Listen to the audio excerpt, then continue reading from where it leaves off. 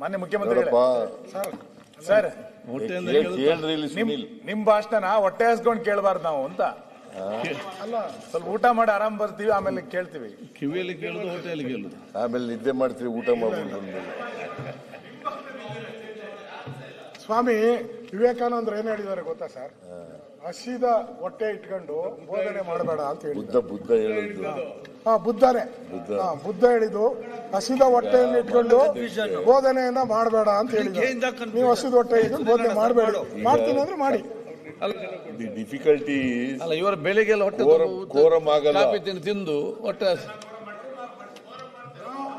ಅಲ್ಲ. ಈಗ ಮುಖ್ಯಮಂತ್ರಿಗಳೇ, ನಿನಗೇನಯ್ಯಪ್ಪ, ನಿಮ್ಗೇನು ಮುಖ್ಯಮಂತ್ರಿ ಅವರು ಈಗ 1 ಗಂಟೆ ಆದಷ್ಟು 2 ಗಂಟೆ ತನಕ ಮತ್ತೆ ಬೇಕಾದ್ರೆ ಕಂಟಿನ್ಯೂ ಮಾಡುವ.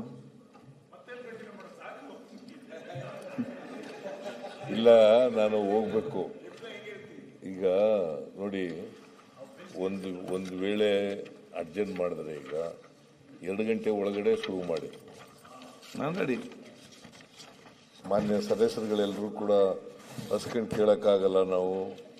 ಯಾರಿಗೆ ಹಸುವಿಲ್ಲ ಈಗ ವಿಶೇಷವಾಗಿ ಕಂಟಿನ್ಯೂ ಮಾಡ್ಲಿ ಸರ್. ಈಗ ಆಮೇಲೆ ಬ್ರೇಕ್ ಮಾಡಿ ಸರ್ 2:30ಗೆ. ಸರ್ ಹಸಿವನ್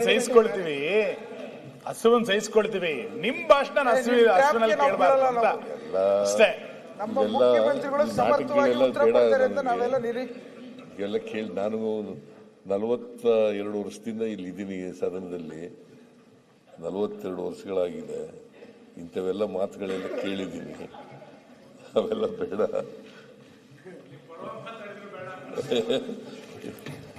ಪರವಾಗಿ ಏನು ಮಾತಾಡೋದು ಬೇಡ.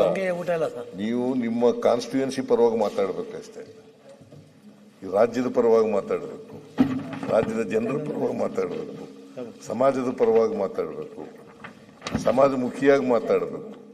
ಅಷ್ಟು ಮಾತಾಡೋದು ಸಾಕು. ನನ್ನ ಪರವಾಗಿ ಮಾತಾಡೋದು ಬೇಕಾಗಿಲ್ಲ, ನನ್ನ ಹೊಗಳೋದು ಬೇಕಾಗಿಲ್ಲ. ನನ್ನ ತೆಗಳ್ಬೇಕಾದ್ರೂ ಪ್ರಜಾಪ್ರಭುತ್ವದ ವ್ಯವಸ್ಥೆ ಒಳಗಡೆ ತೆಗಳ್ತಕ್ಕಂಥದ್ದನ್ನು ಅದನ್ನು ಕೂಡ ಕನ್ಸ್ಟ್ರಕ್ಟಿವ್ ಆಗಿ ಮಾಡಬೇಕು.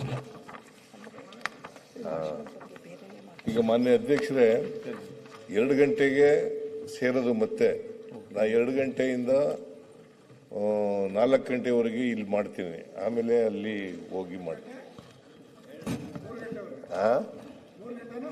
4 ಯಾಕೆ ನೀನು 2 ಗಂಟೆ ಮಾತಾಡಬಹುದು. ಕೊನೆಯಲ್ಲಿ ಮಾತಾಡಿ